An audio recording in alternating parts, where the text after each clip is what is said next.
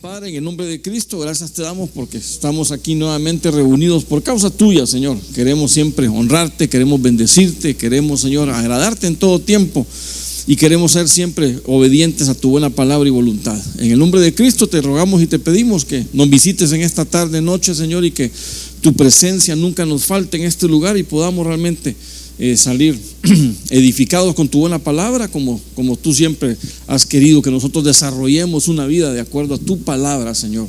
Ayúdanos, bendícenos, que tu presencia nos llene y nos edifique, y por sobre todas las cosas que salgamos siempre llenos del consejo, llenos de la doctrina, para poderla replicar en cada uno de nuestros discipulados. Gracias, Padre, gracias, Hijo, gracias, Espíritu Santo.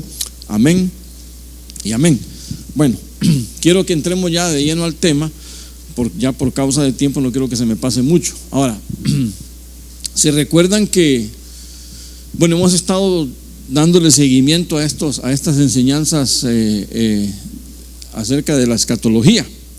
Entonces quiero que realmente nos avancemos un poquito en ello y lo que quiero que desarrollemos ahora es parte. Bueno, estuvimos viendo el lunes anterior que nos reunimos, estuvimos platicando acerca del arrebatamiento, ¿verdad? De lo que era el rapto, el arpazo, bueno, todo lo que conlleva eso. Pues hoy quiero que continuemos un poquito siempre con ese tema, bueno, más o menos con ese tema, pero hoy quiero que miremos la resurrección. Todo lo que tiene que ver con lo que conlleva con resurrección. ¿Por qué es importante la resurrección? Bueno, en primer lugar, la importancia de la resurrección es que ese es el fundamento, es la base de nuestra fe. Como bien dijo Pablo, si Cristo no resucitó, entonces vana es nuestra fe. Nosotros no estamos haciendo nada aquí. Estamos bueno, dice Pablo que si nosotros no creemos en la resurrección o no entendemos que Cristo resucitó, no solo que nuestra fe es vana, sino que nosotros realmente somos los más miserables en la vida. Probablemente porque mientras la gente parrandea o hace lo que quiere, de repente nosotros los creyentes nos restringimos, todo con la intención de agradar al Señor, todo con la intención de poder estar de alguna manera puros, limpios para cuando estemos ya en la presencia del Señor. Pero el punto es que si no hay resurrección, entonces pues obviamente no estamos haciendo mucho. Pero la verdad es que sí hay resurrección, y por eso quiero que platiquemos un poquito de eso. Enseñanza de nuestro Señor Jesucristo. Mire lo que dice Mateo 22 verso 28. Dice: por tanto, en la resurrección, ¿de cuál de los 7 será mujer? Recuérdese que estaban los saduceos alegando ahí, y le pusieron una trampa al Señor, queriéndolo hacer caer en la trampa, diciéndole: Señor, si mi hermano tuvo una mujer, después el otro. Bueno, al final pasaron 7 ahí por la ley del levirato, y 7 la tuvieron. En la resurrección, ¿de qué va a ser mujer? Dice, esa era la pregunta que le habían hecho al Señor los saduceos. Y entonces el Señor les enseña: por tanto, en la resurrección, la pregunta, ¿de cuál de los 7 será mujer? Porque todos ellos la tuvieron. Dice el Señor: pero Jesús respondió y les dijo: estáis equivocados por no comprender las Escrituras, ni tampoco comprender el poder de Dios. O sea, 2 cosas que el Señor está poniendo sobre base: el comprender las Escrituras y el tener entendimiento sobre el poder de Dios. Bueno, porque en la resurrección, dice, ni se casan ni son dados en matrimonio, dice, sino que son como los ángeles de Dios en el cielo. Y en cuanto a la resurrección de los muertos, ¿no habéis leído lo que os fue dicho por Dios cuando dijo: yo soy el Dios de Abraham, el Dios de Isaac y el Dios de Jacob? Dios no es Dios de muertos, sino de vivos. Entonces aquí empieza el Señor les explica a los saduceos, que era otra rama no farisaica, porque los fariseos sí creían en resurrección, los saduceos se distinguían en que no creían en resurrección. Entonces ellos tratan de enredar al Señor Jesucristo con sus preguntas.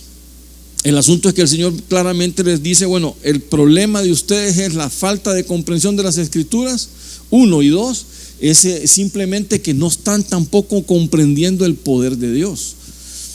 Porque obviamente el entender de una resurrección, entender que un cuerpo ya falleció, que un cuerpo ya murió, que ya el cuerpo en sí no tiene vida, y saber que el cuerpo puede ser restaurado, eso únicamente el poder de Dios lo puede hacer. Aunque la ciencia, el hombre obviamente ya lo quiere de alguna manera imitar, pero no se puede, no es así de fácil, no es en la forma en que las cosas se quieren llevar. Entonces, cuando hablamos de resurrección, quiero enseñarle que en el griego hay 4 palabras que refieren resurrección. Mire, acompáñeme. Número 1 dice la palabra anastasis. Ahí le pongo un texto de referencia para que usted mire, porque estas son las palabras más recurrentes que aparecen en la Biblia. Anastasis quiere decir levantamiento, quiere decir levantado de la muerte. También es un alzamiento, término que tiene que ver con una transformación. La anastasis, es decir, que es comúnmente usada cuando el Señor venga y dice que los muertos de Cristo resucitarán primero. Entonces ahí están hablando de una anastasis, que es el que tiene que ver con la restauración final de alguien que ya, bueno, no un creyente que haya fallecido, sino que, como dice Pablo, que esté durmiendo, que esté durmiendo en reposo y descanso. La segunda palabra es anistemi, que tiene que ver, en su base tiene que ver de anastasis también. Dice que es causa para ser levantado, puesto en pie, existir. Bueno, ahí en Hechos 9:40 más o menos lo menciona cuando está hablando ahí de Pedro. Pero también está egeiro, que es una de las palabras también más comunes utilizadas. Dice que es ser levantado de una enfermedad. Cuando el Señor levantaba a los enfermos, la palabra que aparece ahí obviamente no está diciendo que era una resurrección. Sin embargo, a algunos que sí fueron resucitados, dice que fueron utilizados con esta palabra que es egeiro, que es devolver los muertos a la vida, o simplemente despertados de un sueño. Ya sabemos que el creyente, cuando muere, en realidad no muere, sino que reposa y va a ser, bueno, como cuando le dijo el Señor a los discípulos, ¿verdad? Vamos a donde está, ¿cómo se llamaba? Lázaro, ya, hasta se me fue el nombre. Entonces, Señor, pero si Lázaro ya había muerto, o es que vamos a ir a morir con él, dijo aquel Tomás el incrédulo. No, dice el Señor, él no está muerto, simplemente vamos a ir a despertarlo, él duerme. Entonces, esa era la relación que el Señor quería enseñarles a los discípulos. Y finalmente la última palabra, que es la más exquisita, diría yo, es la exanastasis, solo utilizada una tan sola vez con Pablo en Filipenses capítulo 3 verso 11.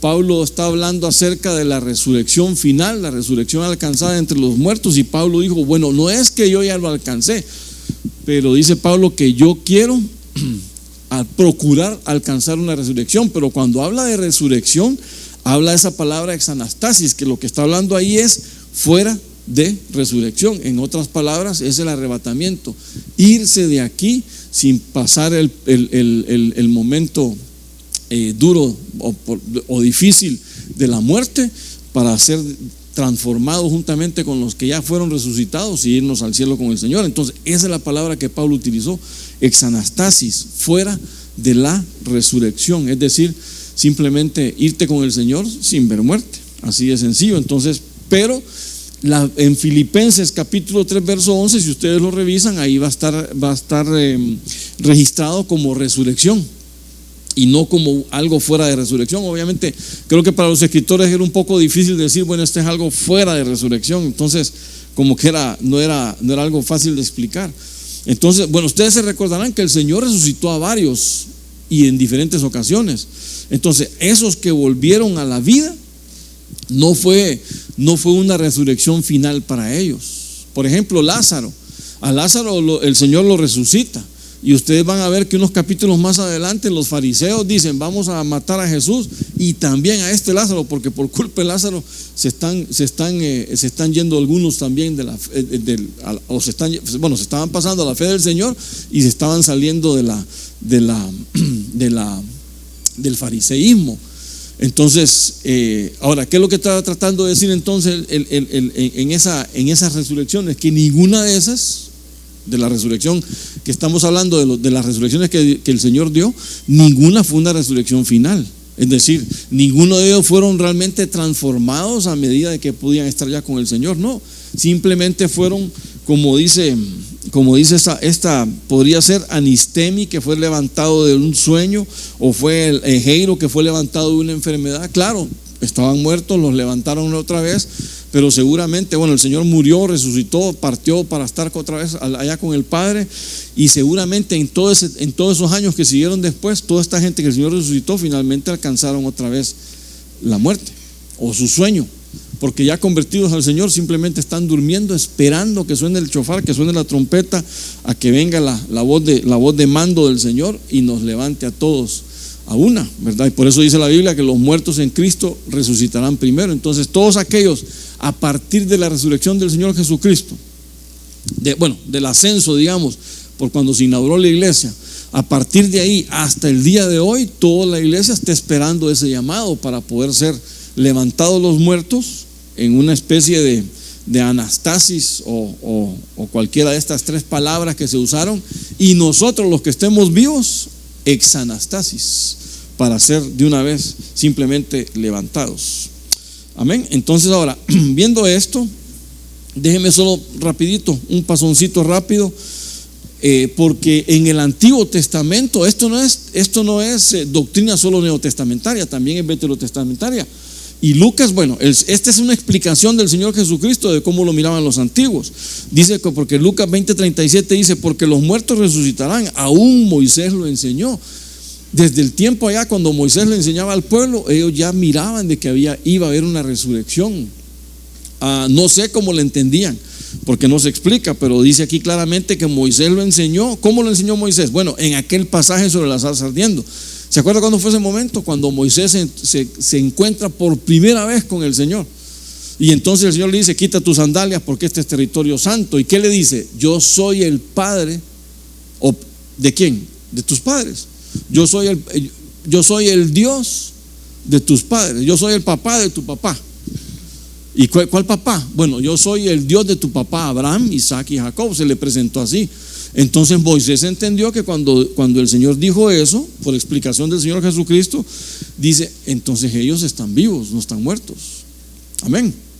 Eso es lo que realmente nos está enseñando nuestro Señor en este pasaje. Entonces Él dice, no es Dios de muertos, sino de vivos, porque todos viven para Él. Entonces Moisés enseña tempranamente a la nación de Israel, Moisés le enseña acerca de la resurrección.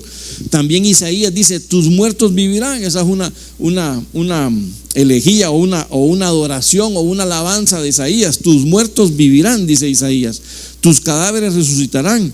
Despertad y cantad, moradores del polvo, porque tu rocío es cual rocío de hortizales o hortalizas, y la tierra dará sus muertos. Entonces ya Isaías ya estaba diciendo que venía una resurrección para la nación de Israel, ¿verdad? Ahora, más adelantito también lo menciona. Esto solo es una mención para que nosotros miremos que en el Antiguo Testamento, bueno, si realmente solo toqué 4 puntos. Si miramos Salmos está lleno acerca de la resurrección también. En Ezequiel 37:12 dice, por tanto profetiza y diles, así dice el Señor Dios, he aquí abriré vuestros sepulcros y os haré subir de vuestros sepulcros, pueblo mío, y os llevaré a la tierra de Israel. Entonces, ¿qué es lo que vemos aquí nosotros? Promesas de parte de Dios acerca de una restauración, de un levantamiento de los muertos, de un levantamiento de muerte a un levantamiento del sueño. En Daniel 12:2 dice, y muchos de los que duermen en el polvo de la tierra despertarán. Mire, aquí Daniel se fue todavía mucho más allá, lo vamos a ver más adelantito, porque unos para la vida eterna, de los que van a despertar, unos para la vida eterna y otros para la ignominia, para el desprecio eterno. Entonces Daniel nos está hablando aquí más bien de la resurrección. Esta sí es la resurrección ya final. Después otro tiempo vamos a ver turnos de resurrección, pero Daniel se nos adelanta en los acontecimientos y él mira más allá de los tiempos y dice, claro que va a ir una resurrección, pero esta es una resurrección que va a ser al final de los tiempos, y unos van a ser para vida eterna y otros para la vergüenza, bueno, para la ignominia, para el desprecio, para la vergüenza pública eterna, dice una versión. Entonces eso es lo que está referenciando, es a lo último que viene en el gran juicio del trono blanco. Pero bueno, no nos adelantemos a esos hechos. El punto es, solo quería enfatizar que la resurrección también está vista en el Antiguo Testamento, no solo es algo del Nuevo Testamento. Probablemente era algo que no se tenía claridad de doctrina, que obviamente cuando viene el Señor Jesucristo y le explica, y después con Pablo que lo explica, pues ya todo el asunto cambia. Bueno, no solo Pablo, sino que el resto de los apóstoles también lo explican. El punto es entonces que que lo tenemos ahí en el Antiguo Testamento. Ahora, ¿qué aspectos debemos de conocer nosotros para entender acerca de la resurrección? Bueno, miren, avancemos un poquito entonces. Número uno, lo primero es que tenemos que entender que hay dos clases de resurrección. Dice Juan 5:28: no os admiréis de esto, porque viene la hora en que todos los que están en los sepulcros oirán su voz y saldrán. Ahora miren, note, lo que hicieron lo bueno a resurrección de vida, ¿verdad? Y los que practicaron lo malo a resurrección de juicio. En otras versiones, bueno, esta es la versión de las Américas, en la versión 60 directamente dice a resurrección, no dice de juicio, sino que de condenación directamente, de condenación. Y es que la palabra, no lo tengo en la presentación, pero la palabra juicio en ese verso de Juan 5:29 significa, viene del griego que se llama crisis. Entonces, en realidad es una palabra que tiene que ver con un fallo judicial, que es un castigo o una condenación. Por eso es que la Reina Valera lo traduce directamente condenación, ¿verdad? Esos ya están separados de la vida eterna. Ahora, ¿cuál es el punto entonces? Que tenemos estas dos clases de resurrección. Una que es para la vida, y la otra que finalmente también podríamos decir que es para condenación, juicio o muerte.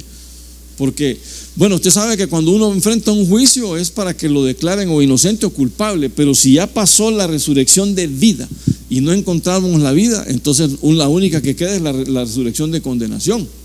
Entonces no hay duda ahí de que esas son las dos clases de resurrección: resurrección para vida eterna o resurrección para muerte eterna, para perdición eterna.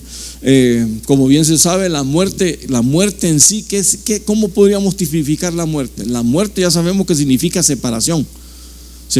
Entonces, ¿qué pasa? Cuando una persona muere, se descompone. Claro, el cuerpo se descompone, pero lo que se descompone realmente es la integridad del cuerpo. Se separa el espíritu, el alma y el cuerpo. El cuerpo va a la sepultura, el espíritu regresa al Señor que lo dio, y el alma va al reposo con el Señor Jesucristo. Entonces, así es la descomposición del cuerpo. Cuando hay una resurrección, se vuelve a ensamblar cuerpo, alma, espíritu, pero obviamente un cuerpo ya perfecto. Ahora, ¿por qué menciono esto? Porque esa es la resurrección de vida que nos están prometiendo a nosotros, un ensamble nuevamente de la integridad del cuerpo. Pero entonces tenemos que entender que como hay dos clases de resurrección, una para vida y otra para condenación, entonces debemos de estar sabidos de que nuestras malas conductas nos perjudican. Ahora, un momento con esta parte, porque aquí dice claramente que todo el que practica lo malo a resurrección de juicio o resurrección de condenación. La salvación no es por acciones. ¿Estamos de acuerdo? ¿Verdad? Que la salvación no es por obras.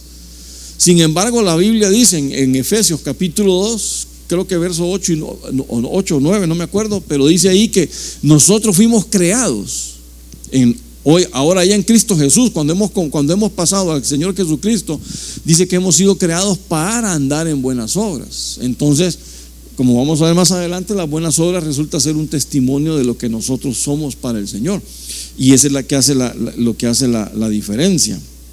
Entonces, obviamente es contradictorio, o será contradictorio para uno de nosotros como creyentes, que andemos en malas obras. Ahora, solo quiero adelantarme un poquito por razones del tiempo. Entonces, mire, como tenemos dos clases de resurrección, mire lo que dice Daniel, volviendo al texto de Daniel, dice: muchos de los que duermen en el polvo de la tierra se despertarán, unos para vida eterna, y los otros para ignominia, desprecio eterno. Los entendidos brillarán como el resplandor del firmamento, y los que guiaron a muchos a la justicia como las estrellas para siempre jamás. Entonces, mire el trabajo que hay que hacer. ¿Ha guiado usted a personas a la justicia de Dios? ¿Ha guiado usted a personas a que se arrepientan de sus pecados y se vuelvan al Señor Jesucristo? Dice que usted va a brillar como la estrella, va a brillar como el resplandor del firmamento. Esa es una promesa que el Señor ha dado a cada uno de nosotros que estamos haciendo la labor, que estamos haciendo el trabajo y que nos equipamos para desarrollarlo. Pero volvemos al punto: dos clases de resurrección, para vida y para condenación o para el desprecio eterno. Ahí queda la forma en que lo está planteando. Número dos, dos clases de cuerpos. Tenemos dos clases de cuerpo. Y yo sé que usted ha vivido en las dos clases de cuerpo. Bueno, por lo menos estamos viviendo en la primera clase, ¿verdad? Dice 1 Corintios 15:42, así también la resurrección de los muertos, se siembra un cuerpo corruptible, que es el que actualmente tenemos, que es un cuerpo que se va corrompiendo día con día. Dice, tenemos un cuerpo, se siembra un cuerpo corruptible y se resucita un cuerpo incorruptible. Entonces aquí viene la transformación que el Señor ha prometido a cada uno de nosotros. Entonces se siembra un cuerpo natural y se resucita un cuerpo espiritual. Y entonces Pablo explica, hay un cuerpo natural, pero también hay un cuerpo espiritual. Actualmente tú y yo vivimos en un cuerpo natural, en un cuerpo que se puede llamar un cuerpo corruptible, es un cuerpo que se va a descomponer. Bueno, usted no es el mismo hace unos 10 años atrás. Y obviamente uno nace, se empieza a desarrollar, empieza a crecer. Y bueno, aquí está el doc que nos puede dar una cátedra acerca de eso, porque el problema es que el cuerpo cada día se va envejeciendo. Así es el asunto, ¿verdad? Entonces cada día nos vamos haciendo viejos, cada día nos vamos descomponiendo. Entonces esa es parte de la corrupción, esa es parte de la herencia que nos han legado, que nos han imputado. ¿Por qué? Por el pecado original que cometió Adán. Entonces, como Dios dijo, bueno, mi alma no va a poder permanecer en esta lucha contra el pecado, entonces ellos van a tener un tiempo límite de vida. Ahora, ¿qué es lo que cancela ese tiempo? Bueno, no cancelar tal vez el tiempo de límite de vida, pero porque obviamente cuando nosotros venimos a Cristo, nos extienden la vida, quizá no en la tierra, pero te van a extender la vida, una vida eterna, cuando venga la resurrección y nos den un cuerpo espiritual, que es el cuerpo que está prometido para cada uno de nosotros. Entonces, dos clases de cuerpo natural, que es un cuerpo corruptible, y el cuerpo espiritual, que es un cuerpo incorruptible. Y más adelantito, Pablo también lo enseña de esta manera. El cuerpo espiritual es un cuerpo que en griego dice que es neumáticos. Es un cuerpo, es el cuerpo que Pablo menciona que es el cuerpo espiritual. Dice que este término tiene que ver con que seremos más espíritu que carne. Dice que es un término relacionado con nuestra semejanza a Dios. Entonces ¿cómo el Señor va a trabajar? ¿Cómo el Señor va a desarrollar esto? ¿Cómo el Señor va a trabajar esto? No sé, ¿verdad? Eso el Señor lo ha prometido, eso está ahí, y es lo que el Señor ha dicho, que cuando tú y yo resucitemos vamos a tener un cuerpo espiritual, un cuerpo que en griego se llama neumáticos, y que es un cuerpo a la semejanza del cuerpo resucitado de nuestro Señor Jesucristo, ¿verdad? Más adelante vamos a ver un poquito más de detalle ahí, pero entonces eso es lo que nos enseñan los cuerpos que hay y que nosotros estamos. Entonces 1 Corintios 15:45 dice, así también está escrito, el primer hombre Adán fue hecho un alma viviente, y el último Adán un espíritu que da vida. Esto ya estaba hablando de la caída del primer Adán, que fue un alma, pero obviamente le dieron un cuerpo que se volvió corruptible. Pero el segundo Adán agarró su cuerpo, lo metió en el sacrificio por ti y por mí. ¿Y cómo lo convirtió? Lo convirtió en un espíritu que da vida, en un cuerpo espiritual que da vida. Sin embargo, lo espiritual no es primero, dice Pablo, sino lo natural. Claro, tú y yo estamos viviendo actualmente en el cuerpo natural, en el cuerpo corruptible, en el cuerpo de hecho que se corrompe, o bueno, pongámoslo así, que se degrada. No que se corrompe, porque ahora en Cristo nosotros estamos fuera, o estamos tratando de vivir fuera de la corrupción, pero sí el cuerpo se está degradando, y por eso algunos se nos van cayendo las tejas, dejamos de ver bien, no corremos bien. Entonces, ¿por qué? Es porque el cuerpo va degradándose, pero eso es lo natural. Pero tarde o temprano vamos a llegar a tener que al cuerpo espiritual, y esa es la finalidad que cada uno de nosotros va a llevar. Entonces, son dos resurrecciones, son dos tipos de cuerpo, dos clases de cuerpo.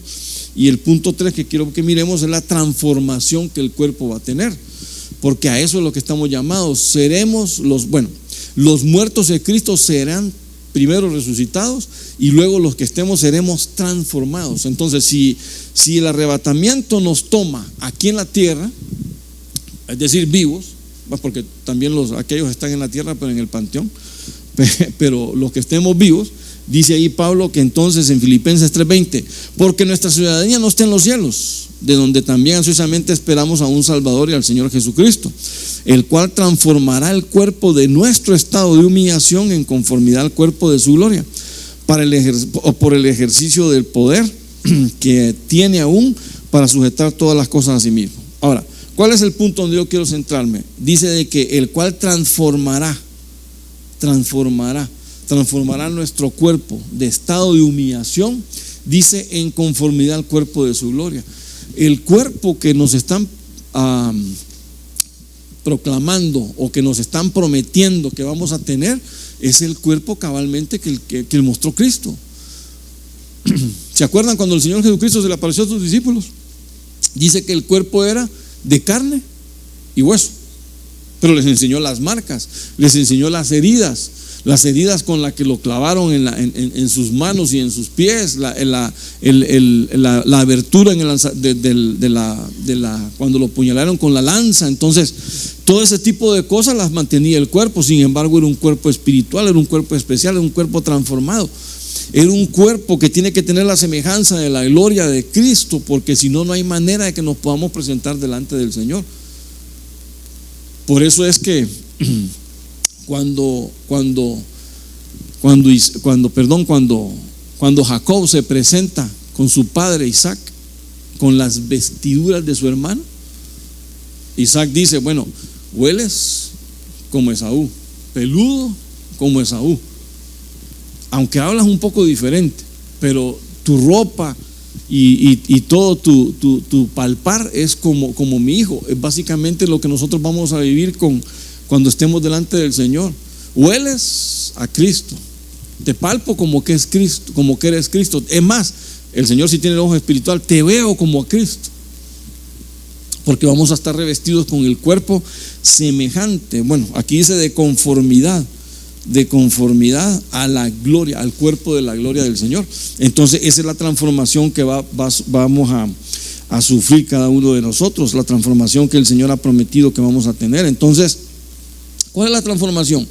De cuerpo de humillación, bueno, el texto que decíamos anteriormente, del cuerpo de humillación a cuerpo de exaltación, a un cuerpo que es un cuerpo espiritual.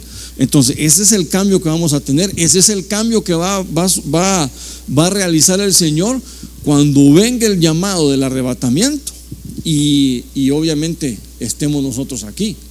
Si todavía estamos vivos, nos van a transformar. Pero ahora, ¿en qué momento se va a hacer eso? Pablo dice que eso es un abrir y cerrar de ojos. Pablo dice que ese es un momento, es en un átomo de tiempo. No sé realmente cómo se mide un átomo de tiempo, pero así lo dice la Escritura. Entonces vamos a tener ese cuerpo que el Señor tiene. Y en 1 de Juan 3:2 dice: amados, ahora somos hijos de Dios. Pero note, ahorita, actualmente, tú y yo somos hijos de Dios y hemos creído en el Señor Jesucristo. Amén. Pero no se ha manifestado, aún no se ha manifestado lo que habremos de ser. Esa gloria está reservada para el futuro. Amén. Ya sea que nos levanten del polvo de la tierra, o ya sea que nos transformen porque nos encuentran vivos en el momento del arrebatamiento. Pero esa es la gloria futura que la manifestación de lo que habremos de ser es lo que viene para el futuro de nuestras vidas. Y entonces, pero sabemos que cuando Él se manifieste, mire lo que dice Juan: seremos semejantes a Él, porque le veremos como Él es. Exactamente, claro. Ese cuerpo que el Señor manifieste va a ser diferente, porque ya va a ser un cuerpo glorioso, va a ser una manifestación gloriosa del Señor Jesucristo. No esperemos verlo como lo vio Juan o como lo vio Pedro en el aposento alto cuando Él resucitó. Él ahí se manifestó. Bueno, claro, tenía sus cambios, que ya lo vamos a ver ahorita en unos minutos, pero el asunto es que la manifestación gloriosa, cuando Juan vio la gloria del Señor en el Apocalipsis, no lo reconoció. Cuando Juan vio, más bien dice que cayó como muerto, y él dice es decir, se desmayó cuando vio al Señor Jesucristo glorificado. Ahora dice ahí que esa misma semejanza vamos a tener nosotros. Entonces, ¿por qué? Porque ese es el cuerpo transformado que el Señor nos va a heredar, que nos va a dar. Ahora, cuando hablamos de semejanzas, dice que, bueno, si aquí lo tengo eso, ¿no? Dice que semejantes, porque dice que cuando seremos semejantes a Él, porque le veremos tal cual es. Mire, esa palabra semejantes es comparable, que es parecido, que es similar, pero esto me llamó la atención, que es igual en su tipo. Igual en su tipo. Fíjese que cuando el Señor Jesucristo habló allá en Juan 14, no es la misma palabra en griego, pero sí el simbolismo, la traducción. Cuando el Señor Jesucristo habló allá en Juan 14 o 16, que dice que es necesario que Él parta de esta tierra para que venga el otro consolador, cuando usted mira esa palabra otro, dice que también se traduce igual en su tipo. Es decir, es de la misma esencia, de la misma, como por decir algo, de la misma especie. No estamos hablando de otro de diferentes características, estamos hablando de otro con las mismas características. Entonces, lo que está diciendo Juan es que cuando Él se manifieste y nos manifieste en lo que nosotros vamos a hacer semejantes a Él, es decir, que vamos a tener un cuerpo del mismo tipo de cuerpo que el Señor tiene actualmente, y esa es la bendición que nos van a heredar a cada uno de nosotros. Entonces, esa es la razón por la que de repente Pablo escribió allá en Romanos 8:18, dice que tengo por cierto que las aflicciones de este mundo, dice Pablo, bueno, que son, ¿cómo podríamos decirle? Pablo decía que las aflicciones de este mundo no eran nada comparables con la gloria venidera, decía. Claro, por supuesto, recordemos que Pablo fue al tercer cielo y estuvo ya delante del trono del Señor. ¿Qué es lo que vio? Bueno, dice que no había palabras de manera de expresar eso, pero cuando yo ya veo que Pablo escribe eso allá en el libro de los Romanos y dice que la aflicción que se está viviendo ahora no tiene nada que compararse con la gloria venidera, pues entonces dice, Pablo menciona de que esas cosas, esa gloria se va a manifestar en nosotros, y entonces no deberíamos de sentirnos mal por lo que estamos viviendo, porque lo que viene es algo fuera de serie, es un espectáculo. Entonces nuestro cuerpo será transformado. Ahora mire, yendo un poquito más adelante, punto 4, nuestro cuerpo resucitado, que tiene que ver obviamente con el cuerpo transformado, porque surte el mismo efecto. Pero 1 Corintios 15:35 dice, pero alguno dirá, ¿cómo resucitan los muertos? ¿Con qué clase de cuerpo vienen? Entonces Pablo explica, no hay que ser necios. Necio dice, lo que tú siembras no llega a tener vida si antes no muere. Entonces Pablo lo que está explicando, porque me imagino que allá en Corintios muchos empezaban a preguntar algunas ciertas preguntas teológicas que de vez en cuando salen. Por ejemplo, ¿alguien consultó por ahí alguna vez? Porque está escrito, lo pude leer, que decía que le preguntaron a alguien, le decían, ¿qué pasaría si alguien se va de misionero al África y al final pues es un hombre que estuvo en guerras y que en una guerra perdió un pie porque se paró en una mina y entonces el pie quedó en un territorio? Él se fue después al África de misionero y allá en el África, qué sé yo, lo atacó algún animal y perdió otro miembro, y finalmente el hombre ya muere de edad y lo entierran ahí por donde está un manzano. Las raíces del manzano absorbieron el cuerpo se convirtió después en los frutos del manzano, el manzano cayó y un cerdito se lo comió. No, hermano, nos reímos con esa pregunta, pero déjeme decirle que era pregunta de una deliberación teológica. Dios mío, yo cuando empecé a escuchar todo eso dije, estarán bromeando con la pregunta, pero no. Entonces Pablo dice, miren, no hay que ser tan necios. Lo que tú siembras, ¿qué dice Pablo? No llega a tener vida si antes no muere. Y el Señor entonces nos enseña que Él tiene que caer a tierra y morir. ¿Qué pasa al morir? El cuerpo se va a descomponer totalmente. Es decir, el Señor no está diciendo de que ocupa el cuerpo viejo para hacer uno nuevo. El Señor lo que está diciendo es que lo que ocupa es la esencia. ¿Y cuál es la esencia de nuestro ser? No es nuestro cuerpo, alma y espíritu. Ahí está la esencia del cuerpo. Y entonces el Señor va a hacer un cuerpo nuevo, ensamblan el alma y ensamblan el espíritu, y volvemos nosotros ya con un cuerpo resucitado, que que pudo haber pasado una transformación. Pero vamos al punto. Entonces Pablo está explicando perfectamente bien eso. Entonces no importa si se lo come un chancho, no hay ningún problema. No hay ningún problema, de todos modos le van a dar un cuerpo nuevo. Ay Dios, bueno, pero así fue. Entonces el punto es que dice Pablo además en 15:54, y cuando nuestra naturaleza corruptible se haya revestido de lo incorruptible, y cuando nuestro cuerpo mortal se haya revestido de inmortalidad. Entonces mire, aquí está los cambios, la transformación que resulta de un cuerpo resucitado. Dice, se cumplirá lo que dice la Escritura: la muerte ha sido devorada por la victoria. A veces la versión 2 habla hoy, dice un poquito diferente, porque la versión 60 dice que sorbida es la muerte en victoria. Pero ¿qué quiere decir eso? Que cuando este cuerpo va a ser revestido ¿de qué? Dice aquí que de inmortalidad.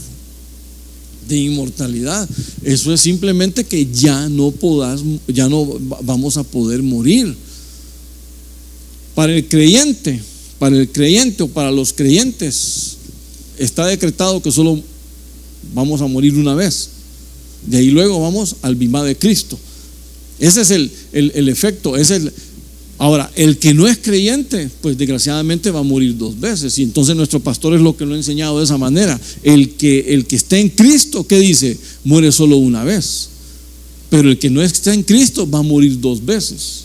¿Por qué va a morir 2 veces? Porque va a morir, lo van a enterrar en la sepultura, después lo van a resucitar para mandarlo al lago de fuego. ¿Por qué muerte entonces? Porque es la separación final de Dios. Ya no hay manera de volver como dice Pablo ahí, ya no hay manera. Para aquellos que han rechazado la sangre de Cristo, no hay manera de volverlos otra vez a hacer padecer al Cordero para que vuelva otra vez a abrirse la puerta de salvación. No, la puerta de salvación es ahorita, y los que venimos a la salvación, entonces está decretado entonces que este cuerpo solo va a morir una vez, si el arrebatamiento no viene en estos tiempos.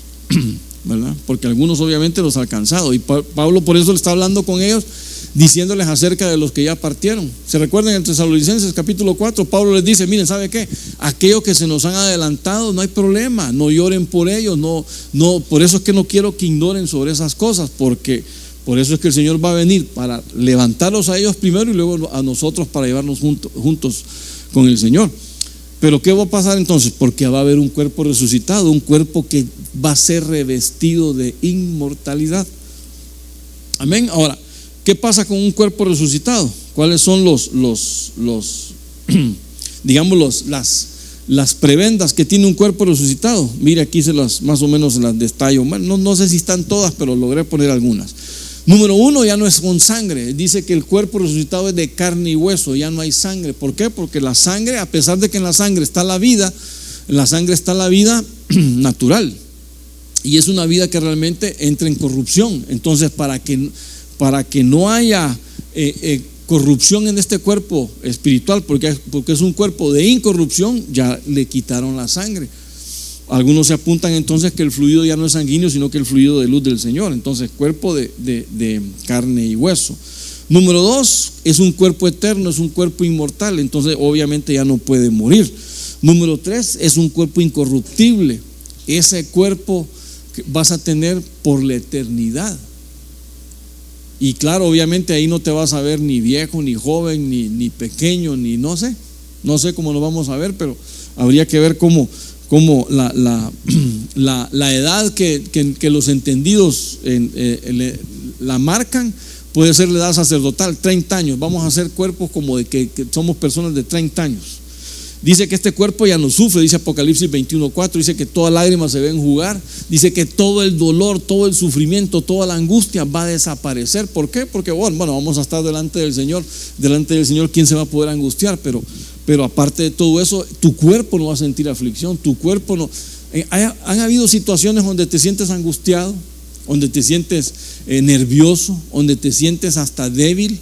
Bueno, eso dice la palabra, que en Apocalipsis 21:4, que ya no va a haber ese sufrimiento en nosotros, sino que vamos a estar tranquilos. Dice que no tiene barreras. Juan 20:26 dice que el Señor llegaba aún estando en los lugares cerrados, y todavía les demostraba que Él es. Incluso les pidió, tienen algo de comer, y le dieron un pescadito y un poco de miel. Entonces el Señor comió con ellos y el Señor estuvo con ellos ya con su cuerpo resucitado. Es un cuerpo que ya no tiene ninguna barrera física que lo pueda detener. Y por supuesto también puede cambiar de apariencia. María se encontró con el Señor resucitado. ¿Y cómo lo encontró? Pensó que era el hortelano que estaba ahí y todavía le preguntó: dime a dónde se llevaron el cuerpo. Hasta que el Señor le dijo: María. Ella reconoció la voz y le dijo: Raboni. Pero ¿cuál es el punto? Es un cuerpo que de alguna manera pues, puede velarse su apariencia. ¿Se acuerdan aquellos dos hombres que iban camino de Emaús? O sea, el Señor se les puso a la par y empieza a platicar con ellos.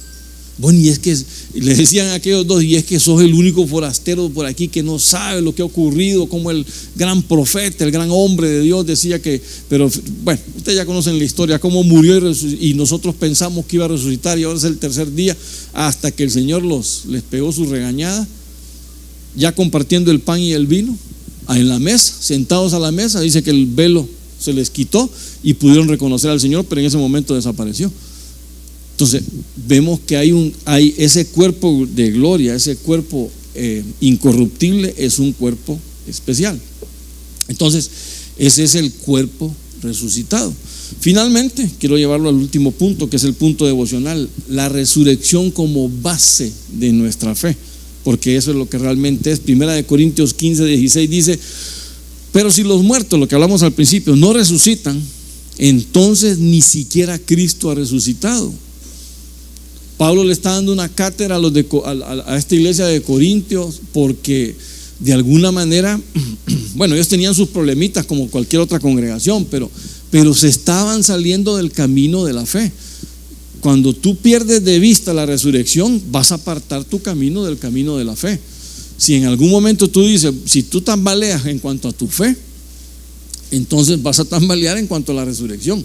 Y ese es el problema. Entonces Pablo viene aquí y les dice: miren, si los muertos no resucitan, ni siquiera Cristo ha resucitado. Y si Cristo no ha resucitado, vana es vuestra fe, es falsa. Bueno, falsa dice esta versión de las Américas, vana dice la 60. Todavía estáis en vuestros pecados. Entonces, también los que han dormido en Cristo han perecido. Si hemos esperado en Cristo para esta vida solamente, somos de los hombres los más dignos de lástima. Mas ahora Cristo ha resucitado de entre los muertos, primicias de los que durmieron. Entonces note, como el Señor es primicia en todo, dice que Él es primicia de los que durmieron. No fue, en realidad, si ustedes ven quién fue el primero que murió, pues obviamente usted me puede decir: hermano, no fue Cristo. Claro que no. Lo que pasa es que Cristo fue inmolado antes incluso de la creación del mundo. Amén.